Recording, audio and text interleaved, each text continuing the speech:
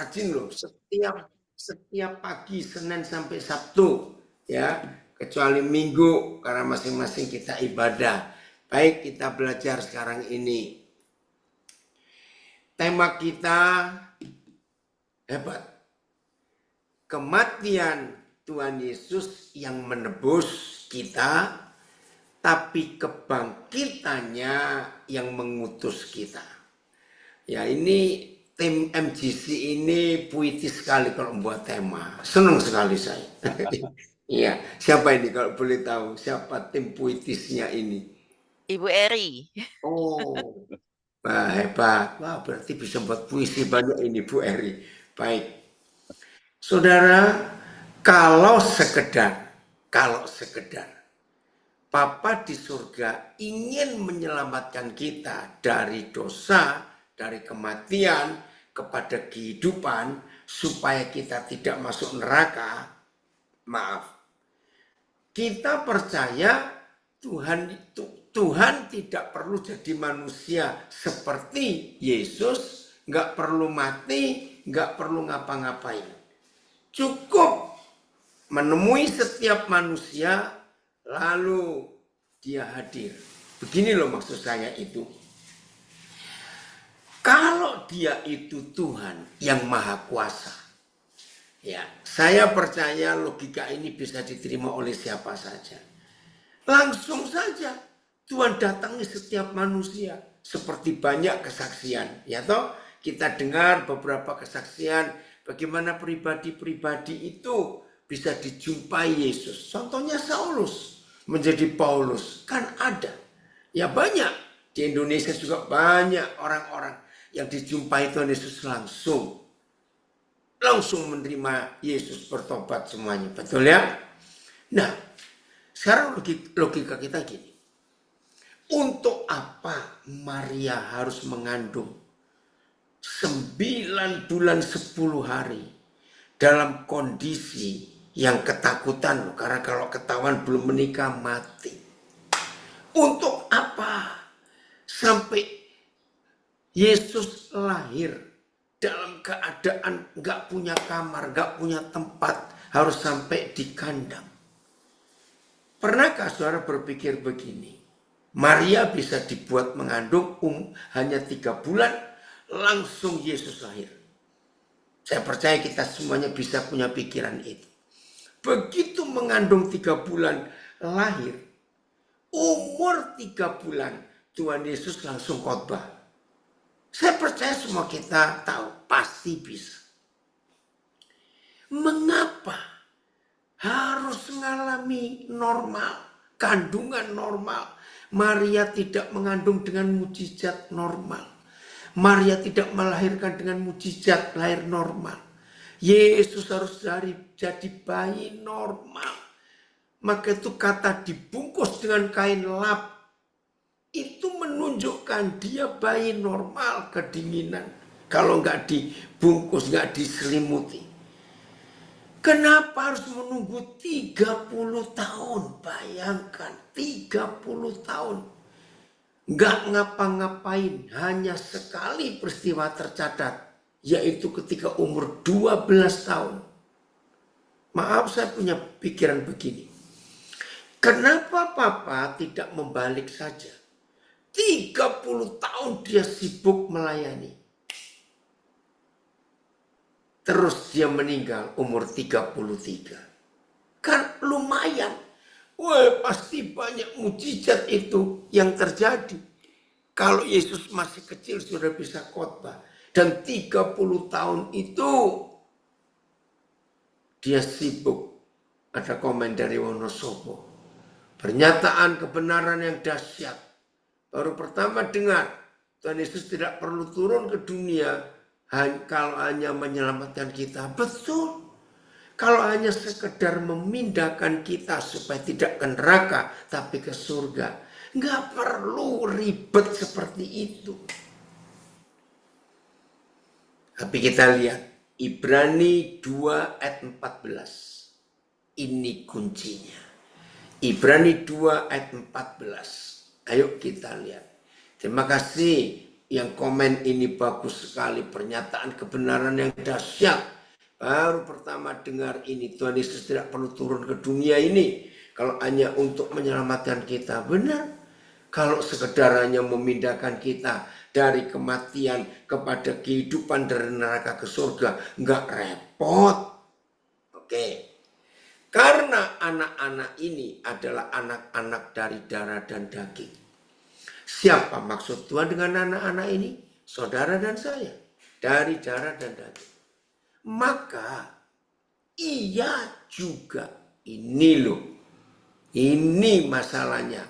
Tema kita luar biasa. Kematiannya menebus kita. Kebangkitannya mengutus kita. Maka Yesus juga menjadi sama dengan mereka dan mendapat bagian dalam keadaan mereka. Saudara, ini dahsyat. Hanya supaya Yesus bisa menikmati jadi manusia itu apa, seperti apa. Kan kita tahu yang namanya Tuhan, mana tahu rasa lapar, Tuhan mana tahu rasa sedih menangis, nggak ada. Tuhan mana ada rasa kecewa, marah, tidak. Nah, hanya untuk supaya menjadi kita, bajingan-bajingan penjahat tengik kurang ajar ini, yang tersinggung secara sombong. Kita ini bajingan-bajingan. Belum tentu kita ini mantan bajingan. Siapa yang tahu? Maaf. Nah, untuk itu dia disamakan dengan kita. Sama. Nggak ada bedanya. Waktu saya jadi guru sekolah minggu, saudara. Di suatu saat saya lagi mengajar. Tiba-tiba, waktu saya mengajar tema ini, bagaimana Yesus disamakan dengan kita dalam segala hal. Ada salah satu anak, saya tahu dia lagi mikir. Dan saya tahu Roh Kudus yang nyuruh dia. Waktu dia angkat tangan, Om, kenapa?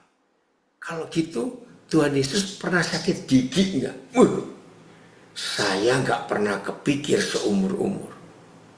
Tapi setelah baca Ibrani 2:14, ada yang berani mengatakan Yesus nggak pernah sakit gigi? Maka itu betul kata Tuhan Yesus, belajarlah kepada anak-anak. Justru pertanyaan anak itu yang buat saya bertobat. Kalau Ibrani 2:14 menyatakan dalam segala hal dia disamakan dengan kita. Dalam segala hal. Berarti dia pernah sakit gigi, saudara. Terima kasih anak. Kamu membuat kami yang tua-tua ini bertobat atas pertanyaanmu ini. Angka 30 itu berlaku sampai hari ini. Dengar. Mengapa pendapat psikolog seluruh dunia sampai hari ini, bangsa apapun juga, umur 30 itu batasan seorang manusia disebut dewasa, matang atau mature bahasa Inggrisnya. Itu umur 30. Kaget gak kalau kita lihat fakta ini? Maka itu Lukas 4 ayat 23 jelas. Yesus memulai pekerjaannya di usia 30 tahun. Ternyata 30 tahun itu dia merasa cukup. Aku tahu siapa itu manusia. Maka itu saudara, jangan kita sibuk dengan percaya. Ada banyak buku yang menuliskan, itu karangan manusia. Oh, antara umur sekian sampai umur sekian, Yesus ke Tibet, Yesus ke India, Yesus kemana, ngawur, nggak ada. Apa saja yang ditulis di Alkitab, itulah kebenaran dan fakta. Hati-hati, akhir-akhir ini lagi gila itu setan, mempengaruhi kekristenan dengan kitab Henok, buku Henok, hati-hati, dalam nama Yesus. Jangan sekali-kali menyentuh. Yang tidak tahu lebih baik nggak usah tahu. Yang sedang tahu berusaha jangan tahu. Oh, memang setan kurang ajar. Setelah Injil Barnabas gagal, muncul kitab Enoch. Nah, kurang ajarnya si setan pakai penulis itu karena Enoch itu memang manusia pertama yang gak pernah ngalami mati. Dan dia disebut bergaul dengan Tuhan. Nah, mulai itu orang ngarang yang enggak tentang kitab Enoch dalam nama Yesus. Jangan percaya. Jadi, yang tercatat hanya satu kali peristiwa antara Yesus lahir sampai umur 30 pelayanan, itu dahsyat. Yang nulis juga Lukas. Kenapa hanya Lukas? Karena dia dokter. Nah, ini bagi yang belum tahu ya, supaya tahu. Yesus ketika berumur 12 tahun, itu Lukas 2. Hanya itu satu-satunya peristiwa yang ada di antara umur 0 sampai umur 30. Umur 12. Tolong perhatikan. Di umur 12 itu terjadi masalah anak remaja antara Yesus dengan orang tuanya. Ribut besar loh saudara. Bahkan kalau saudara baca dengan teliti, ketika pertama kali papa mamanya menemukan Yesus setelah hilang 3 hari, ada pertanyaan kasar, pernyataan kasar. Kenapa engkau cari aku? Bukankah aku harus ada di rumah Bapakku? Wih, itu kalimat yang gak sopan. Terima kasih, Phil. Langsung. Lihat itu Lukas 2:49. Ya. Oh, oke, 48 dulu. Dan ketika orang tuanya melihat dia, tercenganglah mereka. Lalu kata ibunya kepadanya, "Nah, mengapakah engkau berbuat demikian terhadap kami? Bapakmu dan aku dengan cemas mencari engkau." Lihat jawabannya, sangat tidak sopan. Tapi ini kejujuran firman. Jawabnya kepada mereka, "Mengapa kamu mencari aku? Tidakkah kamu tahu bahwa aku harus berada dalam rumah Bapakku?" Fil terjemahan yang lain. Maaf loh saudara, saya tidak berkata Yesus kurang ajar, tapi ini kejujuran Lukas. Ya, kenapa hanya Lukas yang menulis kisah ini? Termasuk juga hanya Lukas yang menulis ketika dia di Getsemani Kamis malam. Perjuangannya, ketakutan seperti mau mati. Sampai keringatnya keluar bercampur darah. Secara medis bisa dibuktikan. Kalau tekanan batin seorang manusia begitu berat. Kalau manusia normal, orang itu namanya stroke. Tapi karena Yesus itu Tuhan, pembuluh darahnya cukup kuat. Tapi begitu tekanan darahnya begitu tinggi, dia cuma merembes. Keluar dari pembuluh darah dan lihat di di bawah kulit kita ada warna garis-garis biru, itu pembuluh darah. Karena dia Tuhan gak sampai stroke, tapi merembes. Hanya Lukas karena dia dokter. Nah, begitu pula dia menulis tentang umur 12 tahun. Saudara tahu gak? Angka 12 ini masih berlaku sampai hari ini. Maka itu papa mama yang anak-anakmu baru mulai angka 11, 12 di sekitar itu, jangan jadi papa mama, tapi jadi sahabat untuk mereka. Sebab semua manusia di negara mana dan bangsa apa saja, ketika masuk masa pubertas, masa remaja, Arabnya bilang masa akil balik, akan ada perang. Karena buat anak-anak usia itu, orang tua itu musuhnya. Maaf, saya nggak ada waktu untuk mengulas secara psikologis Lukas 2. Tapi ini dahsyat. Jawab Yesus kepada mereka, ayat, "Mengapa kamu mencari aku? Kan kurang ajar. Namanya anak hilang kok nggak dicari. Tidak tahukah engkau bahwa aku pasti berada di rumah Bapakku?" Di sini kita belajar apa yang ditulis oleh Matius tentang Yusuf. Disebut Yusuf itu seorang pria yang tulus hatinya. Mau menerima istrinya yang belum dia papai. Maaf ya, saya pakai bahasa anak-anak, saya pakai bahasa orang muda. Segoblok-gobloknya cowok goblok, saudara. nggak peluk pacar, nggak cium pacar, nggak ngapa-ngapain, nyenggol juga tidak. Lalu si pacar hamil. Masa cowok goblok ini nggak pernah mikir, kamu sama siapa? Tapi Matius menulis, Yusuf yang pria yang tulus, dia menerima Maria walaupun diberi mimpi. Ayo semua kita cowok-cowok sadar, walaupun mimpi, ayo jujur, mau kita menerima pacar kita walaupun diberi mimpi. Maaf saya berkata. Nah begitu pula di peristiwa ini, harusnya Yusuf tuh tanya, nah bapakmu yang mana lagi, laku ini siapa? Ngerti saya cara saya berpikir? Yusuf diam. Belum selesai, lanjutkan. Bel tolong ya Bel, jangan keluar kalau papa belum nyuruh keluar, supaya nggak buang waktu. Ayat yang BIS, Yesus menjawab, mengapa ayah dan ibu mencari aku? Apakah ayah dan ibu tidak tahu bahwa aku harus berada di dalam rumah Bapakku? TSI, jawab Yesus kepada mereka, masih kasar nadanya. Kenapa kalian mencari aku? Seharusnya kalian tahu bahwa aku pasti berada di rumah Bapakku. Saudara, oke, saya harus uraikan. Ke ayat 1. Ayat 1. Ya. Ke ayat 1. Lukas 2, 41, 40 berapa ya?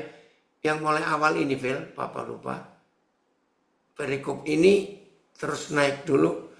4 berapa? 41? Lupa, saya maaf. Lukas 2 terus naik. Perikop ini loh, ya 41, perhatikan ya. Orang tua jangan berlaku seperti ini kepada anak-anak kita yang remaja. Tiap tahun. Nah, semua anak sejak zaman Yesus, mungkin sejak sebelumnya, karena nggak ada yang menulis jadi kita nggak tahu. Tiap tahun orang tua Yesus pergi ke Yerusalem pada hari Raya Paskah. Nah, anak-anak sejak zaman dulu, apalagi sampai generasi sekarang ini, generasi beta, semua anak yang lahir di tahun 2026 itu disebut generasi beta, yaitu generasi AI. Nah, ternyata semua anak, termasuk anak remaja, nggak suka rutinitas. Maka itu COVID merombak cara anak muda beragama, bosan dengan agama tiap tahun. Terus ayat 42. Ketika Yesus telah berumur 12 tahun, pergilah mereka ke Yerusalem seperti yang lazim, bahasa Arab lagi, pada hari raya itu. Nah, perhatikan ya Papa Mama, anak remaja nggak suka tiap tahun rutinitas, bosan. Anak-anak remaja nggak suka yang lazim. Itu lagi membosankan. Nah, mereka papa mamanya ini nggak pernah tahu Yesus ini apa dan siapa. Sehabis hari perayaan itu, ketika mereka berjalan pulang, saya menemukan sebuah kata yang tepat. Bukan tinggallah Yesus, tertinggallah sengaja. Yesus tertinggal sengaja nggak mau ikut pulang bapak mamanya. Ayat 44, hati-hati papa mama. Karena mereka menyangka, nah asumsi suami istri bisa rusak hubungannya karena asumsi, menyangka, kira-kira, katanya bertobat. Jangan suami mengasumsi istrinya, oh begitu pula istri memberi asumsi, jangan. Nah mereka ini jahat. Anak-anak, maaf, seharusnya tanggung jawab orang tua. Kenapa mereka menyangka bahwa Yesus ada di antara orang-orang seperjalanan mereka? Sudah jelas salah. Kalau sampai ada papa mama sibuk, ya zaman dulu nggak ada mobil, jalan kaki. Berarti Yusuf dan Maria sibuk ngerumpi, orang Sunda bilang, ngomong dengan sama teman-teman seperjalanannya, sampai mereka nggak tahu kalau anaknya tertinggal. Nah sudah asumsi, mereka nggak mau bertanggung jawab, mereka menyerahkan tanggung jawab ke orang-orang seperjalanan, orang tua bertobat ini. Berjalanlah mereka sehari perjalanan jauhnya. Lalu mencari dia. Ini salah lagi. Mencari dia di antara kaum keluarga dan kenalan. Nah ini lagi. Orang tua tidak boleh menyerahkan tanggung jawab anak ke teman, ke kenalan, ke orang lain bertobat. Maka itu Lukas ini jujur. Saya menemukan sebuah istilah begini. Berarti dari umur setahun Yesus rutin dibawa ke Yerusalem hari raya Paskah setiap tahun. Rupanya mulai umur 10 Yesus ya. Rondi percaya ya, Tuhan sayang kalian. Ini cucu saya yang dari agama lain diterima di Fakultas Kedokteran Lampung. Ya, ibunya meninggalkan mereka. Gak usah takut, Rondi, ada Tuhan yang baik untuk kamu ya. Oke, saya lanjutkan. Perhatikan ya, Papa Mama, perhatikan. Ini hal yang luar biasa dalam kehidupan keluarga dengan anak remaja. Jadi begini saya menemukan. Kira-kira mau mulai umur 10 tahun itu, saya nggak tahu tepat. Yesus itu pemain pingpong. Ya, ini ilustrasi. Dia selama di rumah nggak pernah ketemu lawan main pingpong. Bayangkan, pemain pingpong nggak ketemu lawan. Capek toh, cuma cetok-cetok sendiri. Berarti papa mamanya ini tidak tahu anak ini punya kapasitas seperti apa di hidupnya. Saudara ini gak main-main kapasitas yang Yesus punya. Maka itu papa mama temukan kapasitas anak-anakmu. Dan arahkan sesuai kapasitasnya. Nah rupanya setelah umur tertentu Tuhan Yesus melihat, oh ini yang aku cari. Imam-imam ahli Taurat orang Farisi. Karena aku bisa diskusi, cerita dengan mereka. Nah, terima kasih Fir. Ayat 46. Lihat, tolong perhatikan. Jadi kita masih membahas kemanusiaan Tuhan. Kalau dia maha kuasa, hanya menyelamatkan bajingan-bajingan seperti kita. Nggak susah. Saya ingat khotbahnya Om Damaris almarhum dari Bandung. Kalau cuma membebaskan kita supaya nggak masuk neraka. Begini kata Om Damaris. Tuhan bisa putar bola dunia ini dengan sekenceng-kencengnya. Pasti semua kita berteriak, tobat Tuhan, tobat. Betul. Sesudah 3 hari, bayangkan hilang 3 hari. Mereka menemukan Yesus di dalam bait Tuhan. Ini loh. Yesus sedang duduk di tengah-tengah alim ulama. Ya ini karena banyak penerjemah yang mantan dulu mereka jadi pakai kata alim ulama. Harusnya ditulis di antara para ahli Taurat, imam-imam kepala, orang-orang Farisi. Sambil mendengarkan mereka, betul urutannya, dengar dulu. Yesus dengar mereka. Dan ini dia. Mengajukan pertanyaan-pertanyaan kepada mereka. Ayo kita bongkar. Jelas waktu itu Tuhan kita umur 12 tahun. Ayo kira-kira di antara imam-imam kepala ya, ahli Taurat orang Farisi. Ayo kita sebut angka. Yang paling muda itu umur berapa? Betul di antara para teolog. Ya, terima kasih. Oke, nyambung lagi. Siap. Ya, saudara perhatikan. Ayo, siapa nyebut? Misalnya, yang paling muda itu umur 50 tahun. Bandingkan dengan umur anak remaja 12 tahun. Kalau yang paling muda aja umur 50 tahun. Itu sudah hampir 3-4 kali lipat umur Yesus. Pasti ada yang 80, 70, 60. Heran gak? Anak sekecil itu berdiskusi. Terus ayat 47. Dan semua orang yang mendengar dia sangat heran akan kecerdasannya. Dan segala jawab yang diberikannya. Termasuk Yusuf dan Maria. Surprise. Hai, anak ini ternyata sepintar itu. Nah ini yang saya temukan. Mereka tidak mengenali kapasitas anaknya. Maka itu Yesus main pingpong sendiri. Di rumah gak ada lawan. Tercenganglah mereka. Ini dia. Ayo hari ini kita bertobat. Papa mama, hargai anak-anak kita. Jangan anggap anak kecil. Rupanya Yesus lelah di rumah. Oke ya? Nah ini. Satu-satunya peristiwa antara umur 0 sampai umur 30. Hanya umur 12 yang tertulis. Sisanya gak usah didengar, gak usah dipercaya. Maka itu papa mama, hargai anak-anak kita. Kenali kapasitas mereka. Siapkan kapasitas itu dengan fasilitas yang memadai untuk mereka. Luar biasa. Oke ya, jadi jelas. Kembali ke Ibrani 2:14, belum selesai. Ibrani 2:14. Terima kasih Bapak. Karena anak-anak itu adalah anak-anak dari darah dan daging, maka Yesus juga menjadi sama dengan manusia. Supaya dan mendapat bagian dalam keadaan manusia.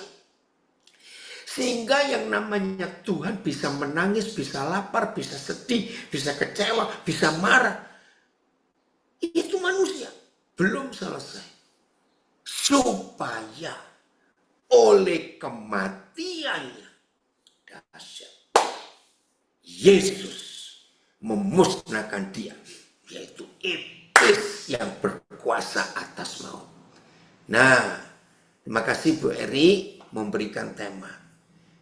Itu sebabnya ada kata kematian Yesus menebus kita, kebangkitannya mengutus kita. Ini penebusan. Jadi kalau sekedar menyelamatkan supaya kita nggak ke neraka, gampang. Tapi ingat, dari zaman dulu sampai sekarang ada istilah di antara bangsa-bangsa, hutang nyawa ganti nyawa. Nah saudara, kita ini hutang nyawa kepada setan. Maka itu Paulus menulis, upah dosa itu kematian. Jadi semua dosa yang iblis berikan kepada kita, gak ada yang gratis. Maka itu kalau Tuhan menyelamatkan kita hanya dengan membebaskan kita dari kematian, gak sesusah ini. Tapi karena ada hutang nyawa, yaitu kita hutang kepada iblis, dan kita nggak sanggup bayar, maka Yesus harus bayar nyawa. Maka iblis tidak punya hak untuk menuduh Tuhan tidak adil. Mentang-mentang mereka anakmu, lalu engkau bebaskan mereka segitu. Nggak bisa. Bayar aku dulu. Sebab mereka sudah pakai kekayaanku. Itu kita. Jadi jangan anggap enteng. Hutang kita hutang dosa. Harus bayar kepada iblis. Nah kita nggak sanggup bayar. Yesus yang bayar. Ini keren. Supaya oleh kematiannya, ia memusnahkan dia, yaitu iblis yang berkuasa atas maut. Saya pakai kalimat ini. Ya ampun Tuhan. Hanya supaya dia bisa mati. Perhatikan kalimat ini. Hanya supaya dia bisa mati. Untuk menebus kejahatan, kejijikan, dan bajingan-bajingan kita. Ini dia harus mati. Nah untuk dia bisa mati, dia harus punya sesuatu yang bisa mati. Ngerti saya pukul-pukul badan saya? Jadi dia harus punya tubuh untuk bisa mati. Karena dia Tuhan, gak mungkin bisa mati. Ternyata ada ayatnya loh saudara. Maka itu saya bersyukur. Firman ini jawaban. Ibrani 10 ayat 5. Izinkan saya mengatakan kalimat ini. Mudah-mudahan gak ada yang tersinggung atau marah. Rekan-rekan pengkhotbah, hamba-hamba Tuhan yang terhormat. Tolong ya. Kalau mengajar, jangan pakai buku apa saja. Walaupun bukunya itu hebat. Pakailah Alkitab saja. Tolong rekan-rekan pembicara, pengkhotbah, hamba Tuhan, gembala. Yang tertulis saja belum habis kita pelajari. Yang tertulis di Alkitab belum habis kita praktekkan. Untuk apa kalau khotbah itu pakai buku ini, buku itu? Maaf loh. Jangan marah saya bilang. Khotbahkan Alkitab. Jangan buku ABCD dan seterusnya. Walaupun itu bagus. Hargai Tuhan. Semua buku itu sumbernya Alkitab. Masa kita nggak sampaikan sumbernya, kok kita sampaikan keturunannya? Kan salah. Oke. Oh, kok Lukas? Ibrani 10 ayat 5. Wah, terima kasih Bu Melati ngingetin ini. Ibrani 10 ayat yang kelima. Filipus belum ngopi ini. Maaf. Ibrani 10 ayat 5. Karena itu ketika Yesus masuk ke dunia, ia berkata, bagaimana Petrus, si Sam belum dengar kabar Bapak berapa hari ini. Saya ulangi. Karena itu ketika Yesus masuk ke dunia, Yesus berkata kepada Bapa di surga, korban dan persembahan tidak engkau kehendaki. Nah, ini bicara agama, ritual. Tetapi Bapa, engkau telah menyediakan tubuh bagiku. Wih saudara, ketika Roh Kudus tunjukkan saya ayat ini, maaf bukan dari buku. Maka itu tiap kali saya mengajar, saya menghindari betul. Untuk gak nyebut buku ABCD yang saya banyak baca. Saya akan berusaha hanya mengkhotbahkan yang tertulis, yaitu Alkitab. Masih banyak yang saya belum ajarkan, karena masih banyak yang saya belum pelajari. Maaf, walaupun nanti Agustus tahun ini, saya akan mensyukuri 54 tahun saya khotbah. Bayangkan, 54 tahun aja belum selesai. Masih begitu banyak yang saya harus tahu. Untuk apa nambahi buku-buku yang lain? Maaf. Ya, yang mau mengerti, mengertilah. Yang tidak mau, tidak apa-apa. Saya cuma menyampaikan maaf. Jadi Yesus itu mau jadi manusia. Maka itu waktu dia masuk ke dunia, Bapa tidak membutuhkan korban persembahan, tapi Bapa menyediakan tubuh. Nah, untuk Yesus punya badan dosa seperti kita, bisa lapar, bisa nangis, bisa kecewa, bisa sedih, dan bisa semua, maka itu dia harus dikandung normal. Lahir normal. Percayalah, Yesus tubuh gigi juga normal. Enggak langsung lahir tuh giginya lengkap. Menakutkan. Itu dia. Jadi sekarang kita tahu kenapa Tuhan harus merepot-repot jadi manusia. 30 tahun nganggur. Ternyata bukan nganggur. Dia menikmati, oh begitu manusia ini. Terima kasih Tuhan. Terima kasih. Haleluya. Tadi pagi saya melayani seorang. Ini anak yatim piatu. Saya ketemu dia waktu saya lagi cari HP. Namanya Rio. Nah rupanya karena dia anak yatim piatu, makanya itu nggak teratur. Ini dalam 3 bulan dia 3 kali operasi lambung. Saya sedih sekali. Terus tadi pagi saudara, dia jam 4 sudah antri di rumah sakit untuk ambil darah. Dia bilang, Pak, Tuhan kok tidak adil. Betapa susahnya saya hanya untuk cari kamar saja. Saya telepon dia. Nah, Tuhan adil, percayalah. Mau saya berkata, kalau Tuhan gak adil, gak mungkin Tuhan ketemukan Papa dengan kamu. Dia nangis, iya Pak. Sekarang satu-satunya yang saya punya cuma Papa. Agustus tahun yang lalu, dia marah lagi. Satu-satunya rumah peninggalan orang tua mereka. Mereka cuma 3 bersaudara. Dijual oleh kakaknya yang sudah menikah. Lalu kakaknya lari. Dia tinggal dengan adiknya yang bungsu. Bingung mereka mau cari kos di mana. Maaf, Saya bantu mereka. Akhir tahun yang lalu, dia bilang, Pak, adik saya lari, Pak. Kenapa? Ya dia nggak tahan ikut saya nggak bisa menyediakan kebutuhan yang dia perlu. Saya nggak pernah ketemu adiknya. Nah, saya bilang, tadi pagi, ini transfusi darah sedang berlanjut, karena dia mau operasi yang ketiga hari ini. Masih muslim. Tapi dia tahu Tuhan lewat saya. Saya bilang ada Tuhan, nah, percayalah. Memang parah lambungnya. Saya pernah ketemu dokter yang merawat dia, Pak, ini akut, emahnya, lambungnya luka. Aduh, ya itu karena salah makan. Makan gorengan terus. Nggak ngurus. Tuhan tolong dia, terima kasih. Ini kesaksian. Nah, itulah Tuhan yang jadi manusia. Saya bilang, Yesus merasakan yang kamu rasakan. Kamu nggak sendiri. Oke, saya lanjutnya.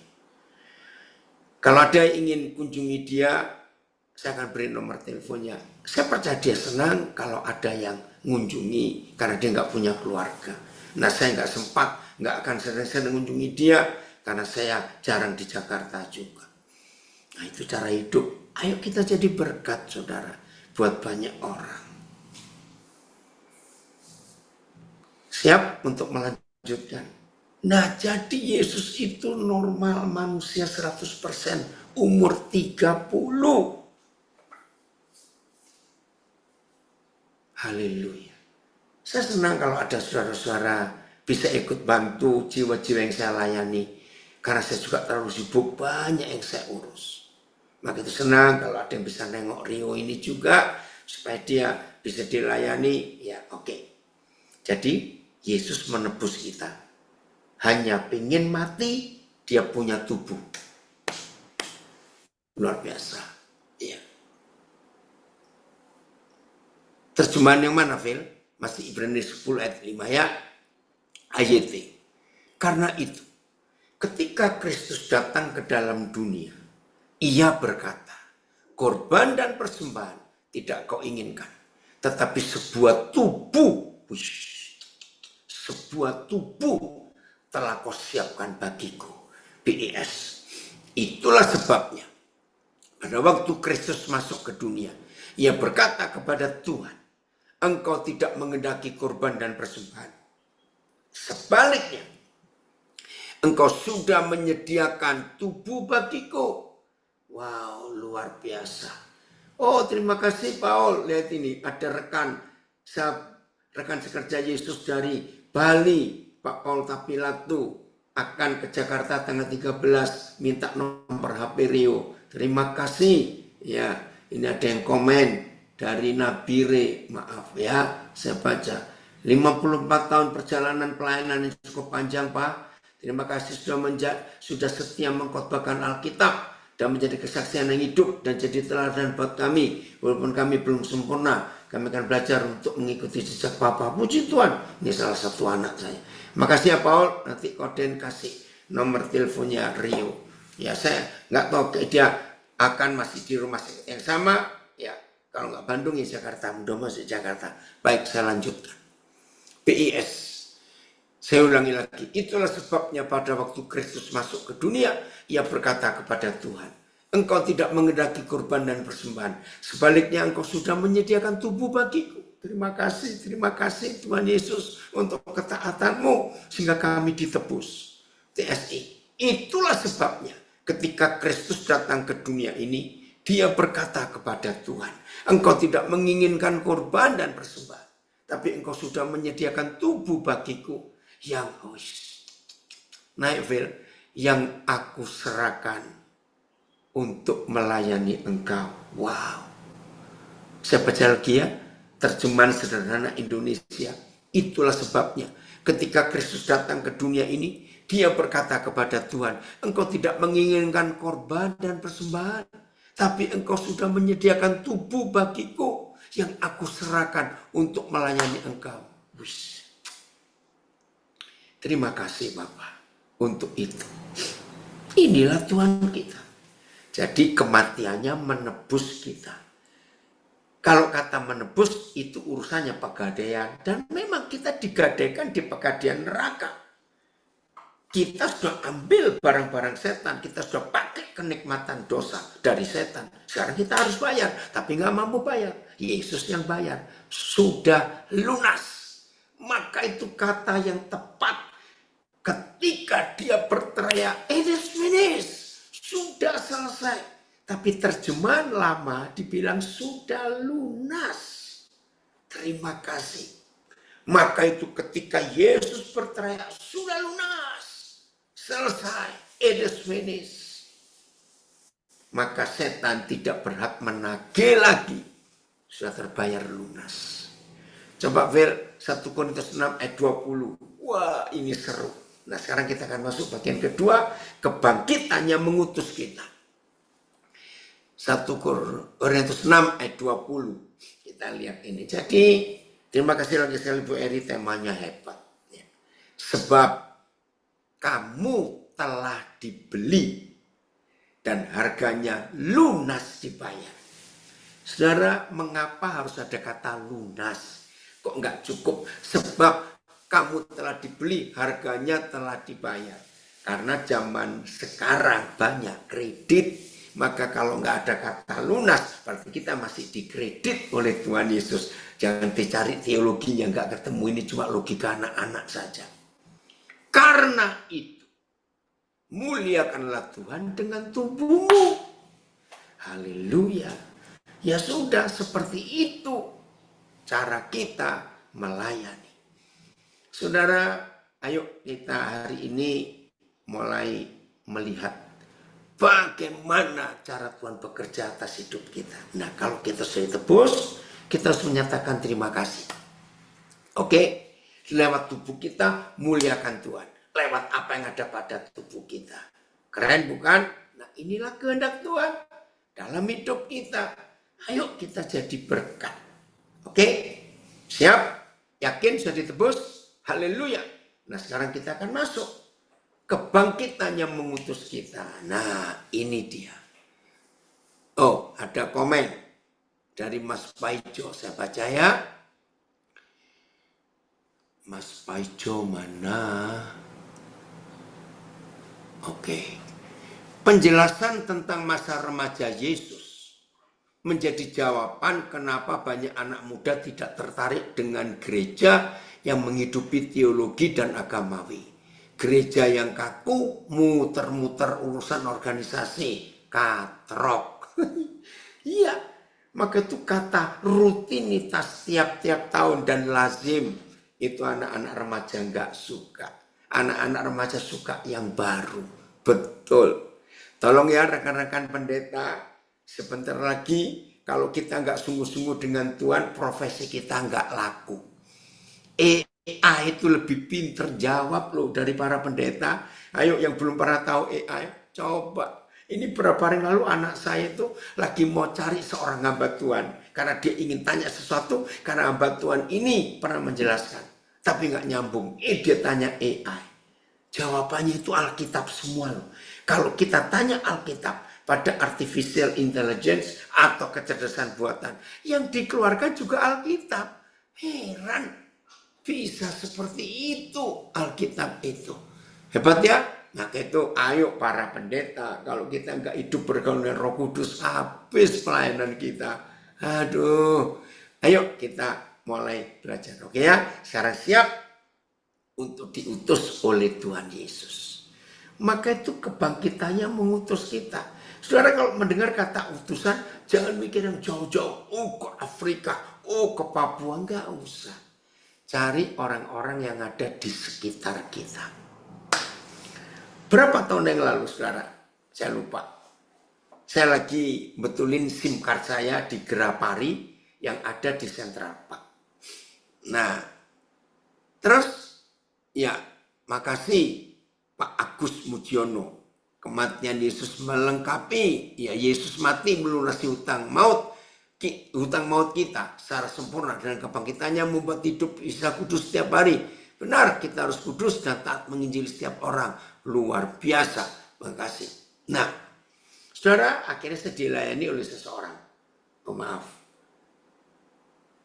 Oh. Ya, ini Facebooknya hilang. Nah, sudah selesai. 2 tahun kemudian, ada masalah lagi SIM card saya yang lain. Karena saya punya 4 HP, 4 nomor, maaf. Antri saya panjang. Terus tiba-tiba ada orang nyapa saya, Pak Daniel, apa kabar? Aduh, apa itu? Siapa kamu? Loh, Pak Daniel lupa. Saya ngelayani Bapak 2 tahun yang lalu. Dia masih ingat. Terus saya tanya, kenapa kamu bisa ingat? Maaf ya, saya cuma cerita.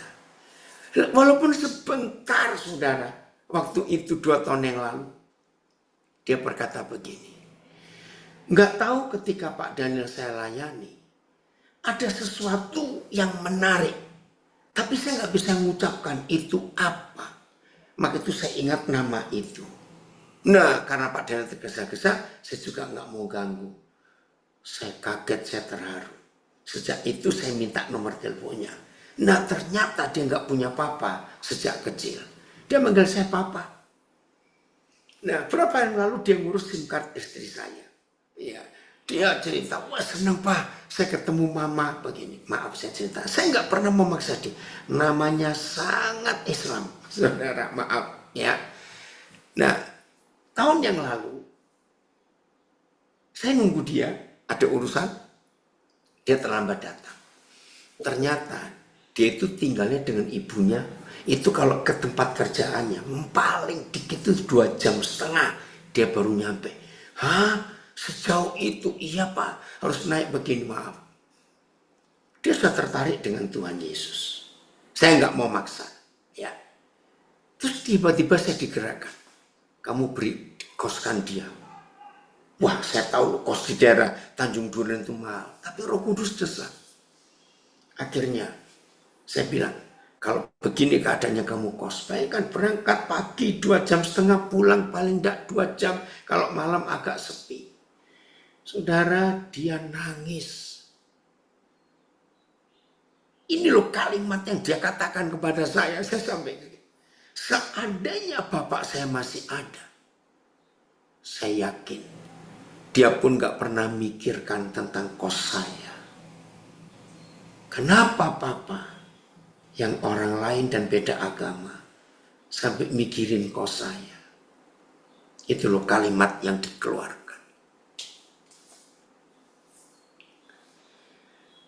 Wih, maka itu saudara, kebangkitannya mengutus kita. Oke, bagaimana cara Tuhan mengutus kita? Mari kita lihat fakta ini. Semua kita tahu Yohanes 3:16, jelas. Nggak mungkin kita menjadi Kristen tanpa Yohanes 3:16. Tapi sedikit sekali yang meneruskan ke 1 Yohanes 3:16. Sedikit sekali. Saya beri kesaksian ya. Kapan itu pengumuman SMTBT atau apa itu? Kan berapa hari yang lalu ya. Nah, saudara, ini tadi yang namanya Rondi. Rondi, kamu masih ada di situ. Kira-kira 10 tahun yang lalu, kira-kira. Ya, karya terbesar, betul. Ini saya baca ya, ada komen dari Pendeta Heru. Karya terbesar Tuhan adalah demonstrasi kuasa Tuhan pada dunia ini. Dan bukti tanggung jawabnya pada manusia umat ciptaannya yang paling mulia agar tidak binasa. Amin. Makasih Heru.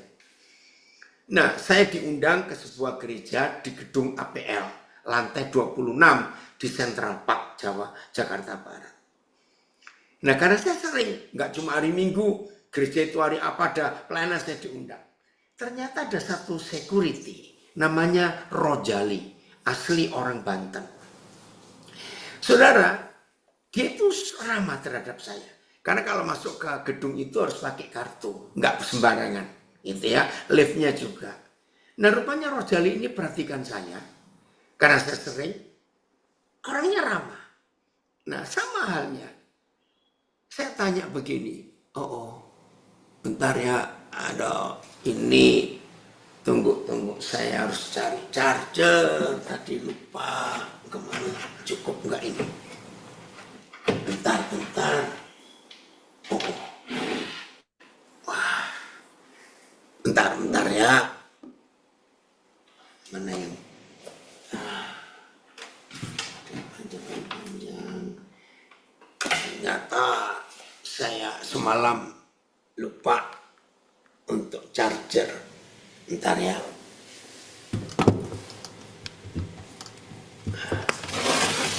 Maaf, berarti saya harus pindah posisi ini ya.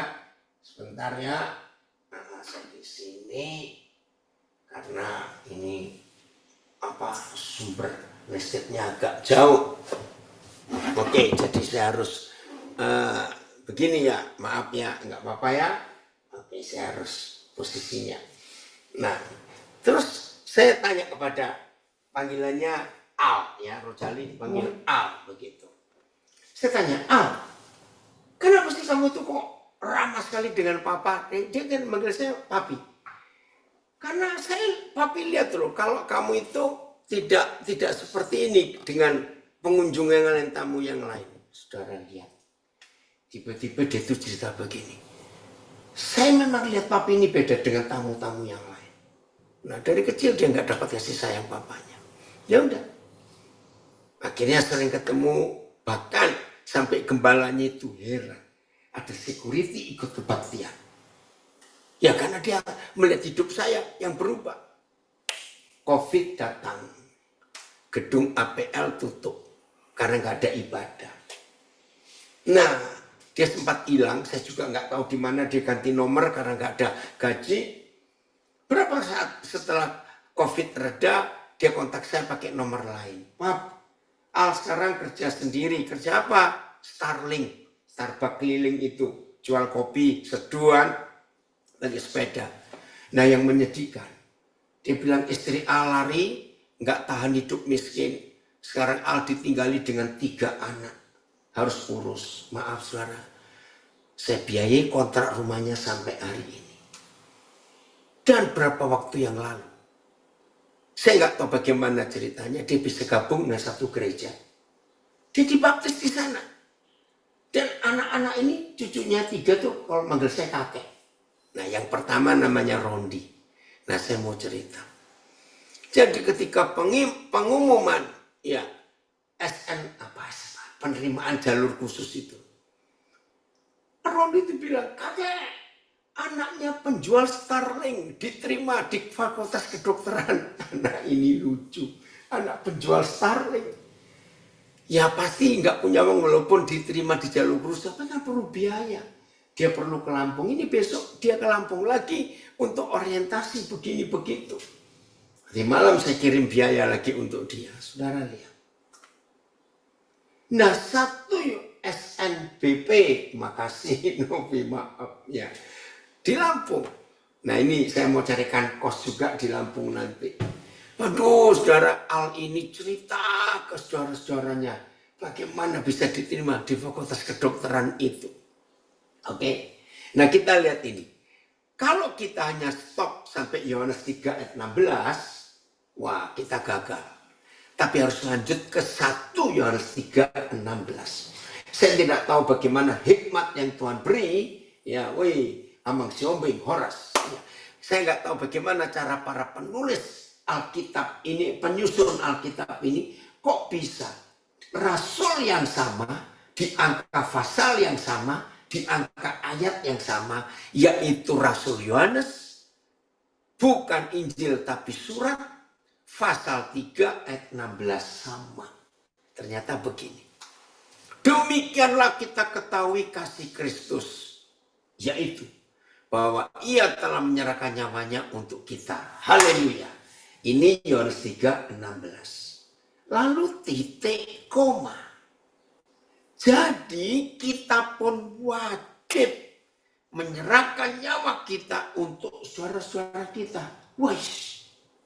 Saudara bukan harus tapi wajib. Kita tahu bukan bedanya harus dan wajib.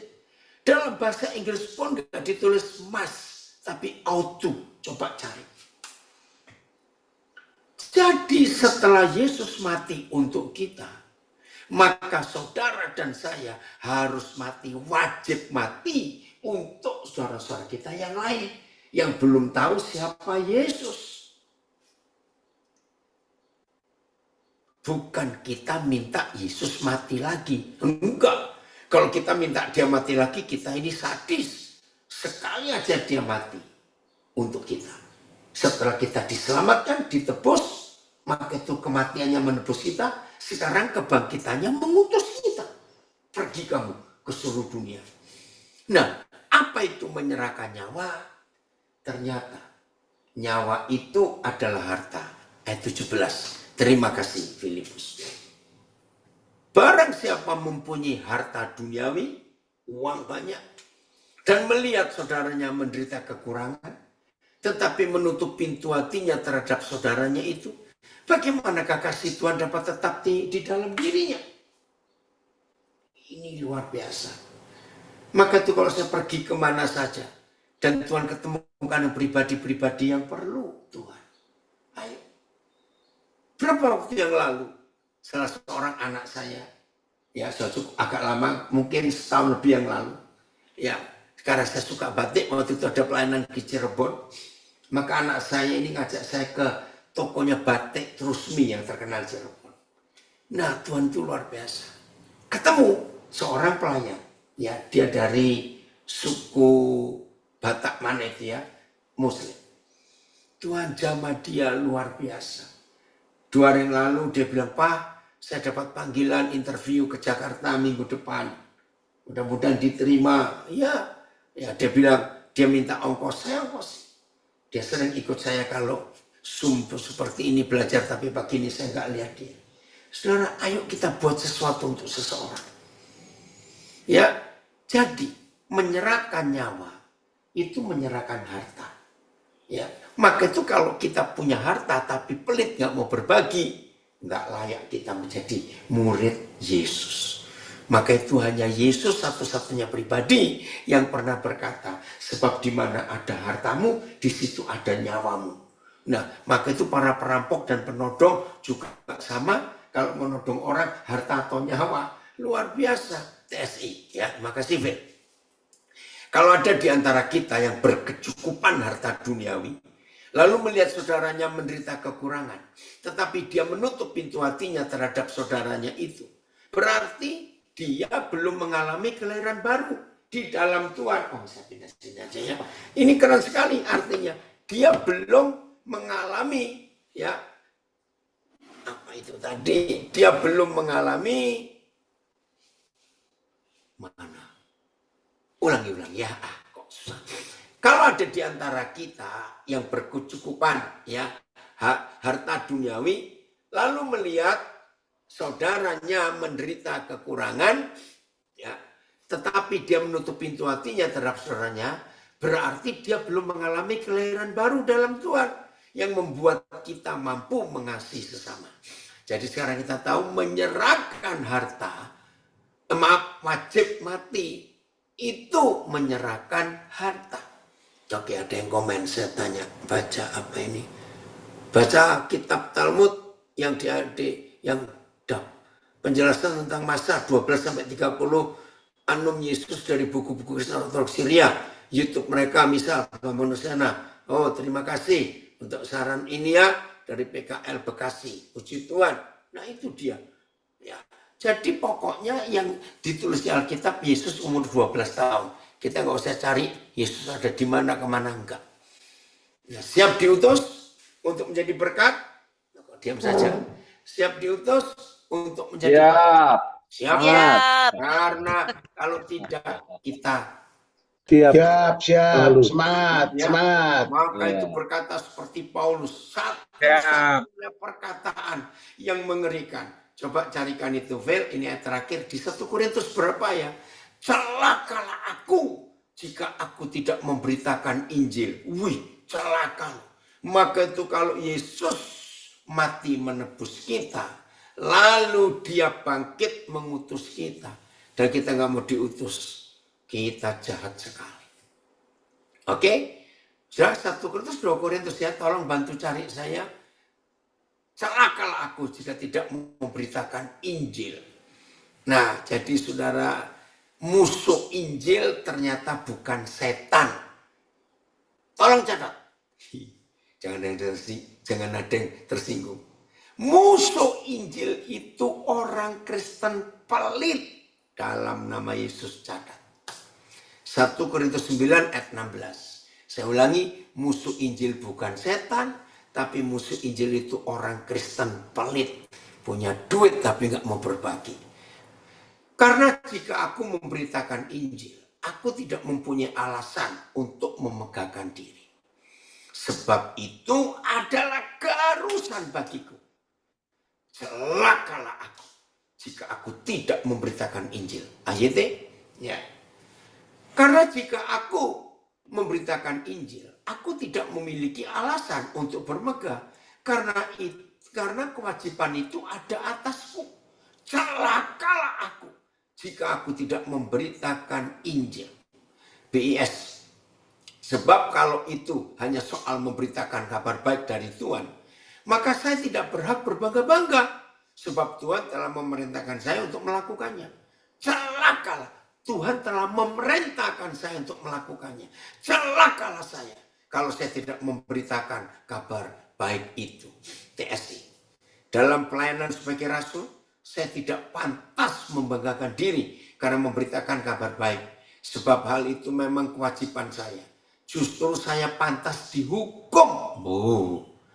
Apabila tidak memberitakan kabar baik.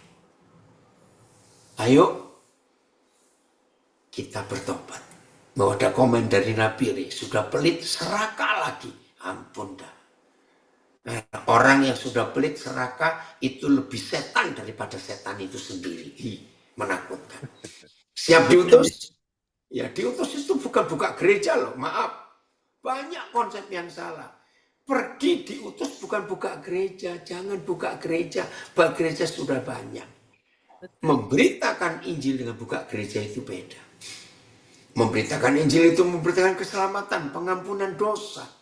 Ya, tidak memindahkan orang dari agama A ke agama B. Woi, puji Tuhan. Pak Paul Chang dari Belanda ikut gabung juga. Puji Tuhan. Ya Paul, nanti Papi siapin itu videonya ya untuk pelantikan. Jadi saudara, ini wajib kita memberitakan Injil Tuhan. Supaya dunia diselamatkan. Oke?